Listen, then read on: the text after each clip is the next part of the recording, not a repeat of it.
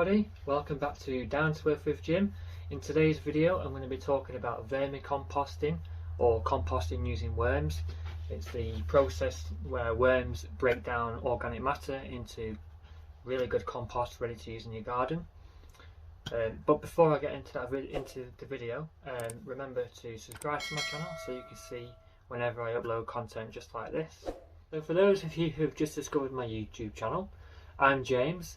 I've got a passion for gardening. I'm new around here. I only created a YouTube channel a few weeks ago, but my aim is to share my passion for gardening. I want to help other people get into gardening and make it as easy and as accessible as possible. I would highly recommend anyone that is interested in gardening and loves to grow their own food, try worm composting. It's a brilliant way of putting your kitchen scraps to really good use in the garden, rather than it going to landfill. We all know compost is an extremely expensive thing to buy, especially if you're buying large amounts of it, and vermicompost or worm castings are a highly concentrated compost, so you don't need to use loads and loads and loads of it. Just a small handful mixed in with into your garden beds whenever you're planting something is enough, or even just a top dressing around your plants is enough.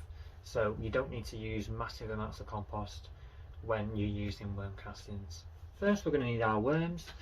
Earthworms are great, but they are not suitable for using in compost. We're going to need tiger worms or red wrigglers or branding worms.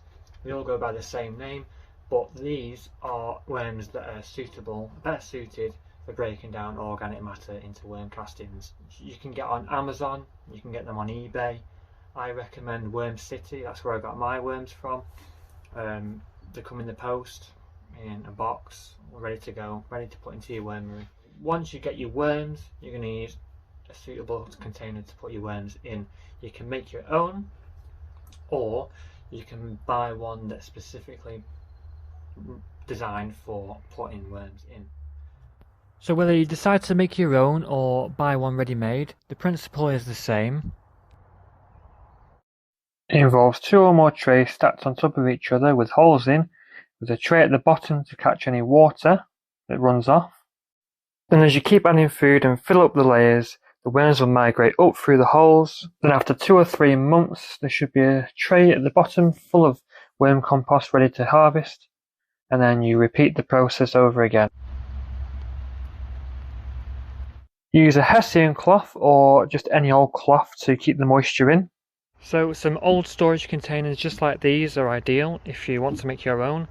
All you need to do is drill plenty of holes in the bottom and a few air holes just around the side here for some air circulation, because good oxygen is really important, otherwise your worms will not be able to breathe and the bin will become anaerobic, which you really don't want. So you'll stack them up just like this, and with the holes that you drilled in the bottom of the tray, the worms will migrate up through the layers as you keep adding more and more food. So just like the Worm City composting system, after a few months you'll have a tray at the bottom which will be full of worm castings ready for you to use. Say though, make sure that the plastic the container's made out of is food grade, so there's no nasty chemicals going into your worm compost. One that doesn't let light through, because worms don't like light environments. So one that's coloured like this and doesn't let any light in is great. You could also get one that is tapered at the bottom so you can stack them inside each other, whichever. So to begin with, you have your worms, you have your container, you're also going to need something to start your wormery off. You can't just throw a load of veg scraps into your tray and then hope for the best. You're going to need what's called bedding to start off with. So I recommend using cocoa coir, or coconut coir, which is a byproduct of the coconut industry. So using that as your base, and then getting a load of shredded paper, shredded cardboard, mixing some of that with it. As you're going to be adding water to coconut coir, I would be careful how much water is in there, because too much water and your worms are going to suffocate. because they breathe through their skin, and likewise if your bedding is too dry, they're also going to suffocate because then they'll dry up and they won't be able to breathe through their skin. I always check if there's too much water or not by grabbing a piece of the bedding and squeezing it, and around 2 to 3 drops should come out and no more than that. If any more than that comes out, then your bedding's going to be too wet. So once you've got your coconut coir and shredded paper bedding mixture ready to go, you're going to add your worms. You're probably only going to add a small amount of veg scraps at first, because too much food will just smell and it'll attract flies. So you're going to leave your worms to settle down for about a week. Once they've settled down, then you can start adding small amounts of food, little and often. Don't feed them too much to begin with. I would also recommend going into your garden, getting a handful of garden soil and then adding it to your wormery as well when you're starting out, because this will introduce good microbes into your wormery, and microbes in a wormery is absolutely vital to do well. So what can you put in your wormery? You can put most kitchen scraps, as long as there's no onion peel, no citrus fruits such as lemon and oranges, as they're too acidic and worms won't like their environment. You can put tomatoes in moderation, but too many will make the bin too acidic. So most kitchen scraps. You can also put coffee grounds in, you can put tea bags in, you can put grass clippings, animal manures from your pets, from horses, any animal that is a herbivore and doesn't eat meat. You can't put any dairy products or any meat products in your wormery, because these will attract flies and will smell. And you can't put bones in because the worms won't break them down. And I wouldn't put any wood chips or anything that'll take a long time to break down, because the worms won't be able to break them down quick enough. So here are some top tips from me.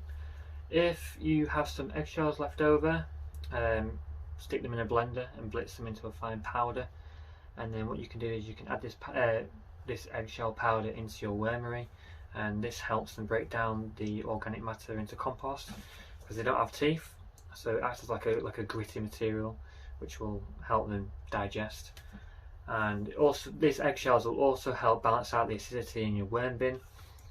As an acidic worm bin can make something called protein poisoning happen, which is fatal for worms.